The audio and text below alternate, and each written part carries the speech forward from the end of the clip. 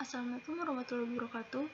Di sini saya akan menjelaskan tentang bagaimana cara menghitung gaya batang struktur angka dengan metode titik buhul, Ritter atau potongan, dan Cremona. Sebelumnya perkenalkan, nama saya Laila Tunaja dengan NIM 050. Yang pertama yaitu dengan metode titik buhul. Ini soal yang pertama yaitu nilai A saya adalah 0 dan B saya adalah 5 karena nilai saya adalah 050. Di sini P1 yaitu 10 kN, P2 15 kN, P3 25 kN, P4 15 kN, dan P5 10 kN dengan jarak yang berbeda 2 meter, 2,5 meter, 2,5 meter, 2 meter, dan tinggi 2 meter. Kita mengetahui jarak dan P. Kemudian langkah pertama yang harus kita lakukan yaitu mencari RAV. Kita dapat mencari RAV dengan menggunakan sigma MB, yaitu sigma MB sama dengan 0. RAV dikali 9. RAV di sini bernilai positif karena dia searah dengan arah jarum jam. Kemudian dikali 9. 9 adalah jarak dari RAV ke titik B. Dan selanjutnya negatif P1 dikali 9. P1 bernilai negatif karena berlawanan dengan arah jarum jam. Begitu pula dengan P yang lainnya. Kemudian dikali dengan 9 karena jarak P1 dengan B, dikali 7, dikali 4,5, dan dikali 2. Setelah menghitung, kita dapat menemukan bahwa RAV bernilai 37,5. Kemudian kita mencari RBV. RBV dapat dicari dengan sigma MA, yaitu dengan memasukkan negatif RBV dikali 9 ditambah P5 dikali 9 ditambah P4 dikali 7 ditambah P3 dikali 4,5 ditambah P2 dikali 2. RBV di sini bernilai negatif karena berlawanan dengan arah jarum jam. Kemudian seluruh P bernilai positif karena searah dengan arah jarum jam.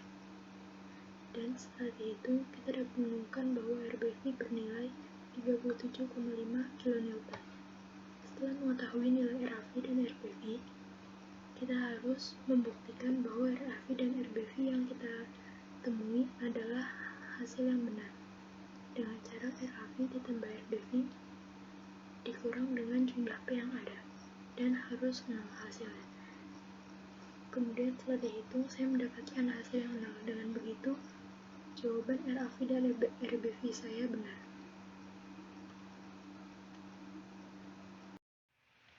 Sudut pertama kita cari dengan cara ini. AF sama dengan akar AC kuadrat ditambah CF kuadrat.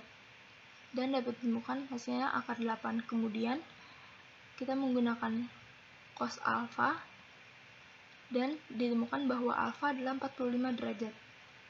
Kemudian pada sudut GCD atau sudut beta di sini dapat dicari dengan cara yang sama. Kemudian ditemukan bahwa beta adalah 38 derajat. Selanjutnya kita bisa langsung mencari dengan titik buhul. Pada titik yang pertama kita uraikan menjadi gaya vertikal A dan horizontal A. Pada vertikal A terdapat RAV. RAV di sini bernilai positif karena dia mengarah ke atas. Kemudian F1 sin 45 derajat. F1 di sini dia miring ya. Jadi harus dikali dengan sin 45 derajat agar menjadi lurus ke atas atau vertikal ke atas dan bernilai positif. Kemudian dikurangi dengan P1 karena P1 mengarah ke arah bawah sama dengan 0. Kemudian langsung diisi dengan angka yang ada dan dapat ditemukan bahwa hasil dari F1 adalah min 38,897 kN. Begitu pula dengan sigma HA. Sigma HA dapat dibilang bernilai 0 Kemudian kita tuliskan RAH ditambah F1 cos alfa ditambah F2. F1 cos alfa karena dia sudut miring dan harus kita jadikan sudut horizontal. Jadi kita kalikan dengan cos alfa. Kemudian ditambah dengan F2 karena di sini ada F2 ke arah kanan. Kemudian dapat ditemukan bahwa F2 bernilai 27,5 kN. Di titik C, kita dapat membuat persamaan karena tidak semuanya di sini memiliki nilai, yaitu vertikal C sama dengan F3 ditambah F5 sin beta. Ya, F5 dijadikan sin beta karena dia sudutnya miring. Kemudian kita menggunakan sudut beta karena berbeda ya besar sudutnya dengan alfa. Dan di sini menjadi persamaan 1.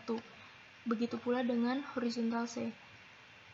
Sigma C sama dengan F6 ditambah 0,781 F5 sama dengan 27,5. 0,781 ini didapatkan dari cos beta atau cos 38 derajat. Setelah mendapat persamaan seperti ini, kita mencari titik yang lain terlebih dahulu, yaitu titik VA, titik F maksudnya. Kita mencari VF, kemudian di sini min F3 min F1 sin alfa dikurang P2, dan dapat ditemukan bahwa hasil F3 adalah 12,5 dan F4 adalah min 27,5. Kemudian karena kita sudah mengetahui nilai F3 dan F4, kita dapat mensubstitusi F3 ke persamaan 1 ya, karena di sini ada F3. Ini kita masukkan ke sini, F3 ditambah 0,625 F5 dan ditemukan F5 hasilnya min 20 kN. Karena F5 sudah kita temukan, F5 akan kita substitusi ke persamaan 2. Dan dapat ditemukan bahwa hasil F6 yaitu 43,12 kN. Pada titik D, vertikal D sama dengan 0 karena dia berada di tengah. Jadi harus 0, sehingga dapat ditemukan bahwa F7 sama dengan 0 kN. Kemudian HD sama dengan 0. Di sini terdapat gaya yang ke kanan dan ke kiri. F10 bernilai positif dikurangi dengan F6 sama dengan 0. Dapat dibilang bahwa F10 sama dengan F6, yaitu F10 sama dengan 43,12 kN karena F6 juga bernilai 43,12 kN. Titik G dan titik E serta titik B diperlakukan dengan sama. Kemudian pada akhir kita dapat menemukan bahwa 0 bernilai sama dengan 0 karena kita sudah mencapai di titik buhul B, yang dimana harus benar 0, karena kalau tidak 0 dia hitungannya akan salah. Selanjutnya kita akan membahas tentang metode Ritter. Metode Ritter dapat dibilang juga sebagai metode potongan. Potongan yang dimaksud di sini adalah kita harus memotong setiap rangka batang yang ada di sini. Seperti potongan 1 memotong F1 dan F2, potongan 2 memotong F2, F3 dan F4, potongan 3 memotong F4, F5 dan F6 dan selanjutnya. Di sini P bernilai sama dengan soal yang sebelumnya. Dan jarak juga bernilai sama dengan soal yang sebelumnya. Kemudian kita mencari reaksi perletakan terlebih dahulu dengan cara yang sama, dan dapat ditemukan bahwa RAV dan RBV juga bernilai 37,5 kN. Setelah itu kita dapat mencari besar sudut FAC. Dengan cara yang sama kita temukan bahwa alfa sama dengan 45 derajat, kemudian beta 38 derajat. Lalu kita langsung masuk ke perhitungan Ritter. Yang pertama kita akan menghitung potongan satu. Saya menggunakan bagian sebelah kiri karena dia adalah bagian yang pertama dari rangka batang. Kemudian saya ingin mencari F1 yaitu dengan menggunakan sigma MC. Mengapa dengan menggunakan sigma MC? Karena F1 berimpitan dengan titik F dan berimpitan juga dengan titik A, sehingga kita tidak bisa menggunakan sigma MA ataupun sigma MF untuk mencari F1. Dan untuk mencari F1 kita harus menggunakan sigma MC. Kemudian kita langsung masukkan angkanya, sigma MC sama dengan 0, kemudian RAV bernilai positif karena dia searah dengan jarum jam, dikalikan 2 yaitu jarak dari A ke C. Kemudian P1 dikali 2, P1 juga bernilai negatif ya, karena dia berlawanan dengan arah jarum jam, dan dikalikan dengan 2 karena jarak dari A ke C juga 2. Kemudian F1 sin alfa. Kita di sini harus mengalihkan F1 dengan sin alfa karena F1 adalah gaya yang miring, jadi harus kita luruskan dulu ke arah vertikal yaitu ke atas dan bernilai positif. Kemudian kita kalikan dengan 2 yaitu jarak dari A ke C, dan dapat ditemukan bahwa hasil dari F1 yaitu min 38,897 kN. Selanjutnya sigma MF. Sigma MF di sini kita gunakan untuk mencari F2.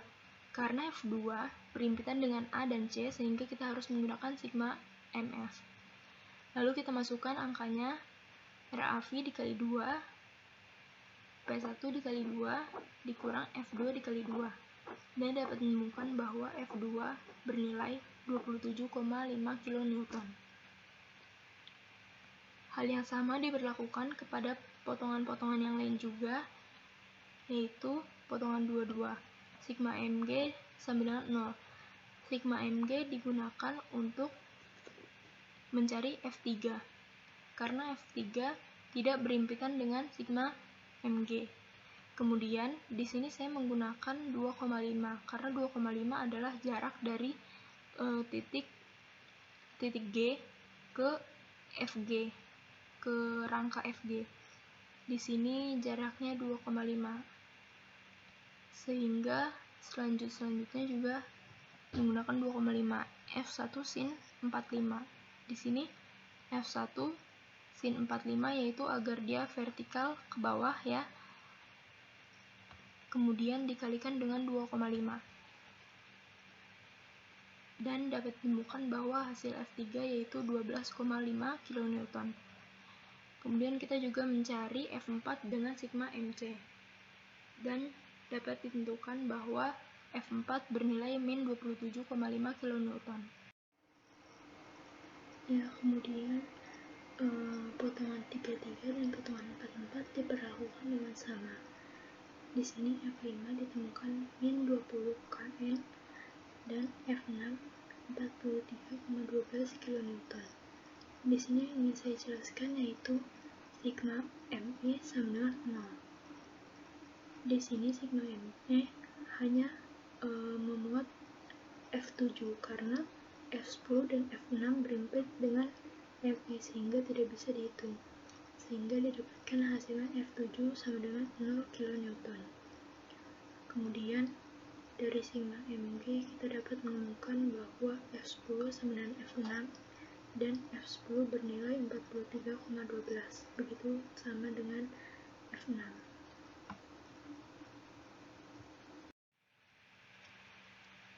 Potongan 55 juga diperlakukan dengan sama seperti ini dan ditemukan dengan F9 min 20 kN dan F8 min 27,5 kN.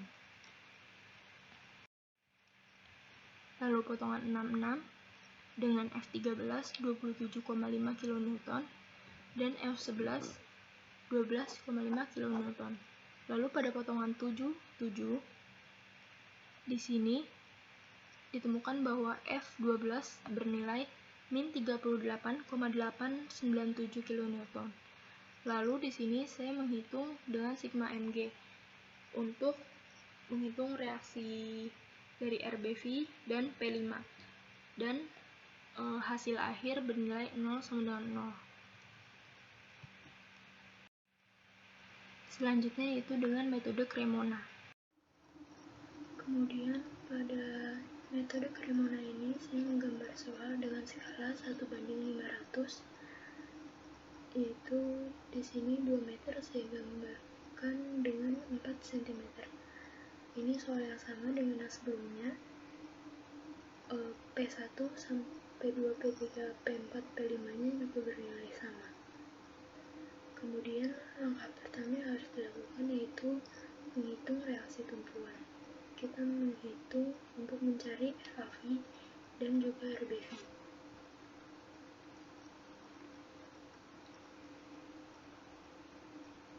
Yang ingin saya jelaskan di sini, metode Cremona dihitung dari titik buhul A dan dengan arah jarum jam.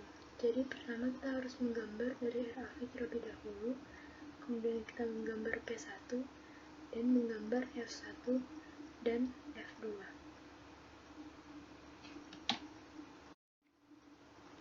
Di sini saya telah membuat tabel RAV ke P1, F1 dan F2.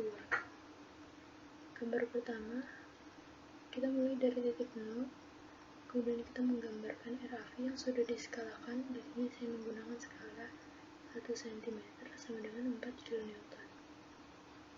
Kemudian dari titik terakhir RAV, kita turun karena ada P1.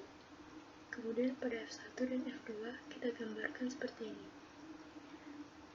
F1 kita samakan kemiringannya pada kemiringan pada soal, yaitu 45 derajat. Kemudian F2 kita gambarkan mendatar dari ujung P1, maksud saya F1 sampai mendatar. Kita harus menemukan bentuk poligon tertutup karena syarat dari Cremona yaitu poligon tertutup, sehingga kita dapatkan bentuk awal segitiga siku-siku dari titik 0 sampai sini, sampai RAV. Lalu kita lanjutkan gambar selanjutnya di titik lain. Di sini sudah saya daftarkan. Ini semua juga berdasarkan arah jarum jam dan ditemukan hasil seperti ini. Pada hasil akhir RBV akan kembali ke titik 0.